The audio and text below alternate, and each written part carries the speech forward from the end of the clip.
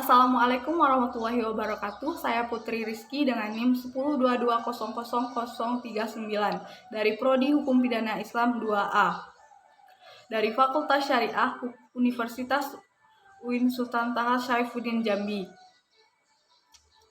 Kali ini saya membuat video untuk menuntaskan tugas ujian tengah semester yang diberikan oleh Bapak Z Haryanto SHMH dengan prodi dari mata kuliah Hukum Perdata. Istilah dan pengertian hukum perdata. Secara umum, pengertian hukum perdata yaitu semua peraturan yang mengatur hak dan kewajiban perorangan dalam hubungan masyarakat. Hukum perdata disebut pula dengan hukum private karena mengatur kepentingan perseorangan. Selanjutnya, sumber hukum perdata. Polamar membagi sumber hukum perdata menjadi 4, yaitu KUH Perdata, Traktat, Jurisprudensi, dan Kebiasaan. Dari keempat sumber tersebut dibagi lagi menjadi 2, yaitu sumber hukum perdata tertulis dan tidak tertulis. Sumber hukum material. Sumber hukum material merupakan sumber dari mana materi hukum diambil. Sumber hukum ini menjadi faktor yang membantu menentukan isi atau materi hukum. Contohnya seperti hukum material seperti agama, kesusilaan, kehendak Tuhan, akal budi, kesehatan manusia, dan sebagainya. Selanjutnya, sumber hukum formal. Sumber-sumber hukum formal antara lain adalah undang-undang, kebiasaan, jurisprudensi, traktat, dan doktrin. Undang-undang merupakan segala sesuatu aturan yang memiliki kekuatan hukum yang mengikat, yang dijaga oleh pemerintah negara itu. Di dalam hukum perdata terdapat 2 kaidah, yaitu kaidah tertulis, yaitu kaidah-kaidah hukum perdata yang terdapat dalam peraturan perundang-undangan, traktat, dan jurisprudensi. Kaidah tidak tertulis, yakni kaidah-kaidah hukum perdata yang timbul, tumbuh, dan berkembang dalam praktek kehidupan masyarakat. Contoh kasusnya seperti kasus PT Indrayon dengan masyarakat, pihak yang menjadi dalang dari kasus ini adalah PT Toba. Mulai beroperasi pada tahun 80-an. Tahun 99, perusahaan tersebut ditutup berdasarkan rekomendasi dari Menteri Negara Lingkungan Hidup ketika itu dijabat oleh Sony Keraf. Alasannya perusahaan tersebut terbukti telah mencemari dan membahayakan lingkungan. Pada Maret 2002, PT Indrayon kembali dibuka atas rekomendasi Wakil Presiden Republik Indonesia ketika itu dijabat oleh Megawati Soekarno Putri. PT Indrayon kembali dibuka dengan nama lain, yaitu PT Toba Pool Lestari. 10 tahun beroperasi, masyarakat Persea merasakan dampak yang tak menyenangkan. Perusahaan tersebut mencemari lingkungan dan mendatangkan masalah sosial, misalnya konflik dan intimidasi aparat terhadap warga yang menolak PT Indrayon. Kualitas lingkungan yang buruk juga membuat kesehatan masyarakat menurun. Limbah dari perusahaan tak hanya mencemari udara, tapi juga membuat hasil panen warga menurun. Banyak butir padi yang kosong atau yang tidak berisi. Masyarakat sekitar pun mengkhawatirkan jika 10 tahun sebelumnya PT terjadi lagi PTP dibuka. Selain itu, warga sekitar mengaku limbah uap dari pabrik cukup mengganggu udara. Berdasarkan data dari Puskesmas Persea, jumlah penderita infeksi saluran pernafasan pada Januari 2001 mencapai 32 orang, 2002 mencapai 130 orang, yaitu menjadi 128 orang. Analisis dari kasus tersebut adalah PT Indrayon merupakan perusahaan yang telah mencemari lingkungan hingga mengakibatkan dampak yang buruk bagi masyarakat sekitar. Kemudian perbuatan melawan hukum merupakan perbuatan yang melanggar kaidah-kaidah tertulis, yaitu bersifat dan bertentangan dengan kewajiban hukum pelaku dan melanggar hak subjektif orang lain. Perbuatan melawan hukum meliputi beberapa hal, yaitu perbuatan yang bertentangan dengan hak milik orang lain, perbuatan yang bertentangan dengan kesusilaan, perbuatan yang bertentangan dengan kewajiban hukumnya sendiri, dan perbuatan yang bertentangan dengan kehati-hatian atau keharusan di dalam pergaulan masyarakat yang baik. Perbuatan melawan hukum ini memiliki 3 kategori. Yang pertama, karena kesengajaan. Yang kedua, perbuatan melawan hukum karena kelalaian. Yang ketiga, perbuatan melawan hukum tanpa kesalahan, tanpa kesengajaan. dan tanpa kelalaian. Selain itu, perbuatan melawan hukum punya beberapa unsur. Unsur-unsur tersebut adalah adanya perbuatan-perbuatan tersebut bersifat melawan hukum, adanya kesalahan dari pelaku, adanya kerugian di pihak korban, adanya hubungan kausal atau saling menyebabkan antara perbuatan dengan kerugian. Hukum perdata yang ada di Indonesia tidak terlepas dari sejarah hukum perdata Eropa, utamanya Eropa kontinental berlaku hukum perdata Romawi sebagai hukum asli dari negara Eropa. Di samping terdapat hukum tertulis dan kebiasaan setempat. Namun, karena terdapat perbedaan peraturan pada masing-masing daerah, menjadikan orang mencari jalan yang mempunyai kepastian hukum dan kesatuan hukum. Berdasarkan prakarsa dari Napoleon di tahun 1804 yang terhimpun hukum perdata yang bernama Code Civil de France atau disebut juga dengan Code Napoleon. Pada tahun 1809 sampai dengan 1811 Prancis menjajah Belanda. Lalu Raja Ludwig Napoleon menetapkan Wetboek Napoleon Ingerich Voorhet Koninkrijk Holland yang berisi hampir sama dengan Code Napoleon dan Code Civil de France untuk diberlakukan sebagai sumber hukum perdata di Belanda. Sesudah penjajahan berakhir dan Belanda disatukan dengan Prancis, Code Napoleon dan Code Civil de France tetap diterapkan di Belanda. Pada tahun 1814, Belanda mulai membuat susunan kitab undang-undang hukum perdata sipil dengan dasar kodifikasi hukum Belanda dibuat oleh Mr. J.M. Kemper yang disebut Ontwerp Kemper. Tetapi sebelum menyelesaikan tugasnya, di tahun 1824 Kemper meninggal dunia dan kemudian diteruskan oleh Nicolai yang menjabat sebagai ketua pengadilan tinggi di Belanda. Di 6 Juli 1830 kodifikasi sudah diselesaikan dengan dibuatnya BW atau Kitab Undang-Undang Hukum Perdata Belanda dan WFK atau Kitab Undang-Undang Hukum Dagang. Dari dasar asas Concordantie atau asas politik di tahun 1948, kedua undang-undang tersebut berlaku di Indonesia dan hingga saat ini dikenal dengan KUHP dan BW dan KUH Dagang untuk WFK. Sanksi hukum perdata, pelanggaran dalam hukum perdata akan mendapatkan sanksi berupa ganti rugi dari pihak penuntut atau permintaan lain yang diajukan. Dalam mengajukan gugatan, penuntut harus membawa barang bukti, misalnya akta tanah atau jual beli, kontrak kerjasama, dan sebagainya. Contoh hukum perdata yang banyak terjadi kasus-kasus keluarga, rumah tangga, pekerjaan, jual beli, hingga identitas diri. Berikut contoh-contohnya.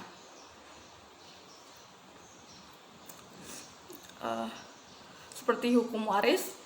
Hukum waris adalah aturan mengenai harta warisan juga masuk ke dalam hukum perdata.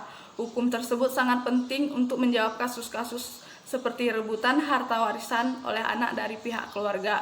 Dalam hukum ini akan diatur wajizat pihak yang berhak warisan, pihak yang berhak menerima dan menolak warisan, fideikommis, legitime forti, warisan yang tidak terurus, hak mewarisi, pembagian waris, eksekutor, testamenter, dan bewin deverder.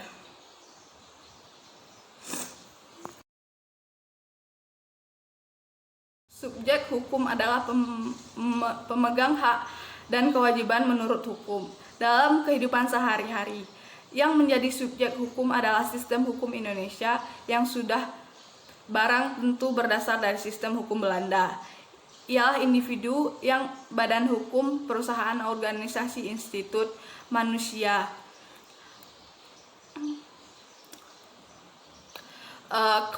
Kewenangan berbuat.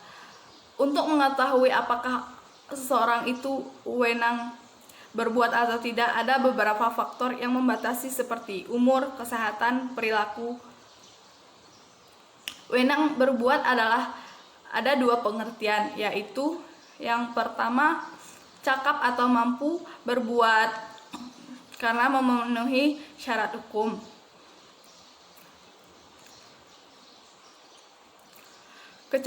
Kecakapan atau kemampuan berbuat karena memenuhi syarat hukum. Yang kedua, kuasa atau tidak berhak berbuat karena diakui oleh hukum walaupun tidak memenuhi syarat hukum.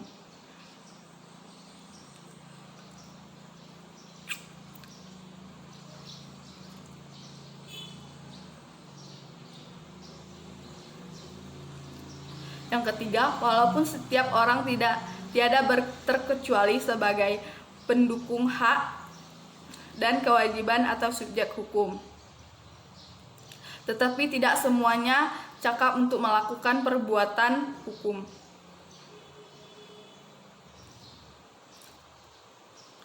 Orang-orang yang menurut undang-undang dinyatakan tidak cakap untuk melakukan perbuatan hukum adalah: yang pertama, orang-orang yang belum dewasa, yaitu seseorang yang belum mencapai umur 18 tahun atau belum pernah melangsungkan perkawinan. Pasal 1330 KUH Perdata Jo pasal 47 Undang-Undang Nomor 1 Tahun 1974. Nomor 2, undang-undang yang ditaruh di bawah pengampun, yaitu orang-orang dewasa tapi dalam keadaan dungu, gila, mata gelap, dan pemboros. Pasal 1330 KUH Perdata JO pasal 4433 KUH Perdata. Yang ketiga, orang-orang yang dilarang undang-undang untuk melakukan perbuatan-perbuatan hukum tertentu. Misalnya orang yang dinyatakan pailit. Pasal 1330 KUH Perdata Jo Undang-Undang Kepailitan. Jadi, orang yang cakap untuk melakukan perbuatan hukum adalah orang yang dewasa dan akal sehat, pikiran, serta tidak dilarang oleh suatu undang-undang untuk melakukan perbuatan-perbuatan hukum tertentu.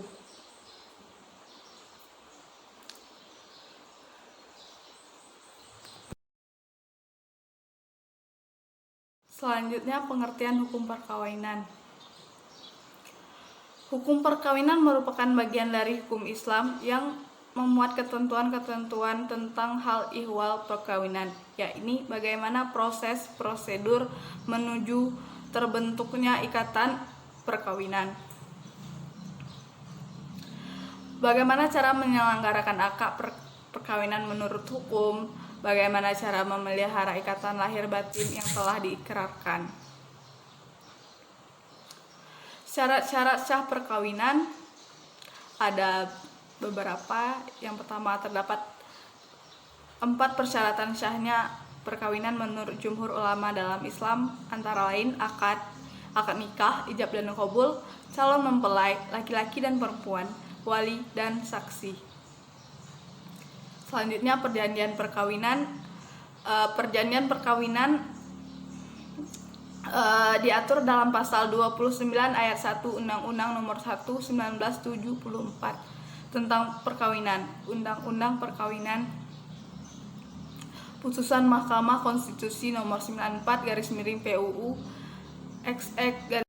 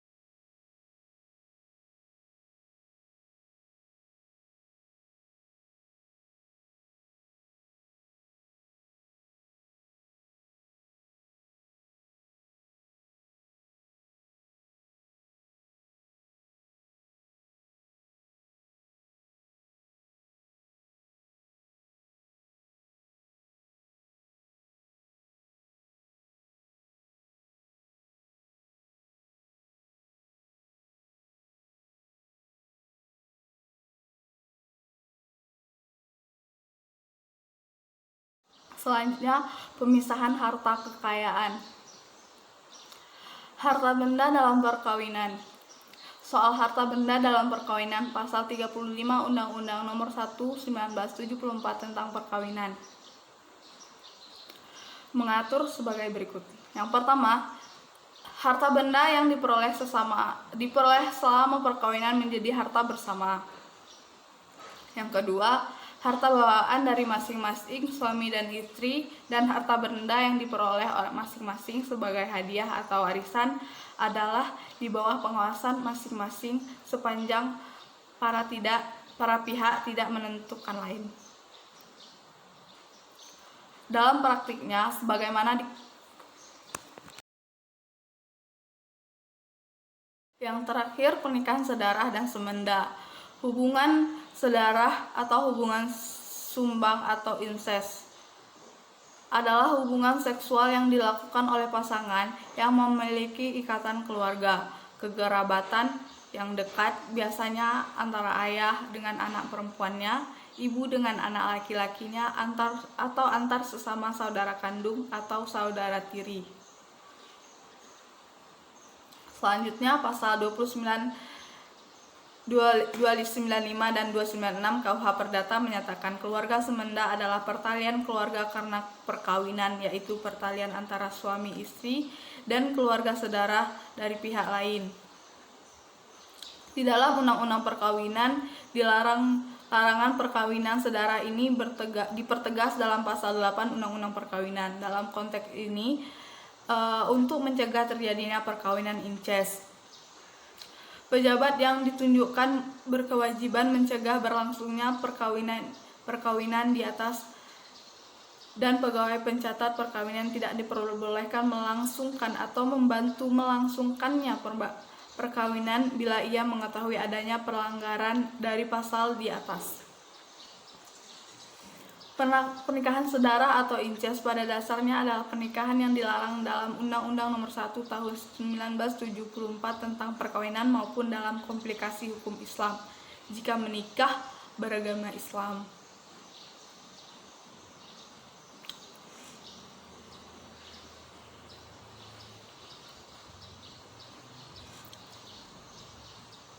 Hukum perkawinan sedarah di Indonesia dalam Undang Perkawinan, komplikasi hukum Islam maupun KUH Perdata, perkawinan itu dilarang antara dua orang yang berhubungan darah dalam garis keturunan lurus ke bawah maupun lurus ke atas dengan berhubungan darah dalam garis keturunan menyamping, yaitu saudara antara seseorang dengan saudara orang tua dan antara seorang saudara dengan neneknya.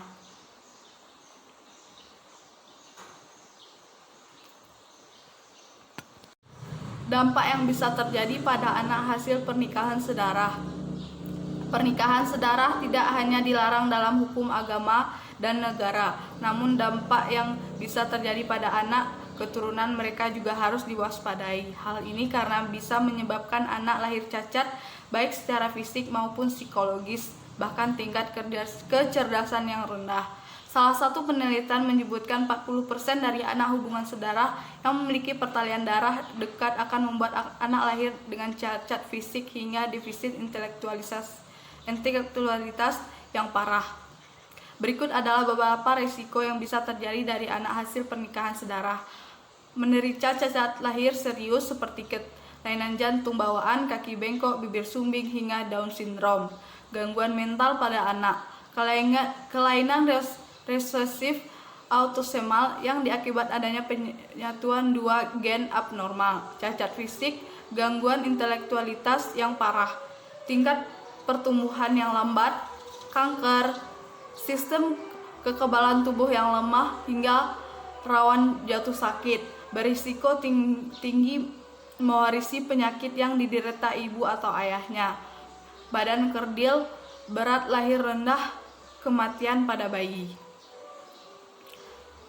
Karena itu dilarangnya adanya perkawinan sedarah di Indonesia. Baiklah, hanya itu yang dapat saya sampaikan. Saya harap saya bisa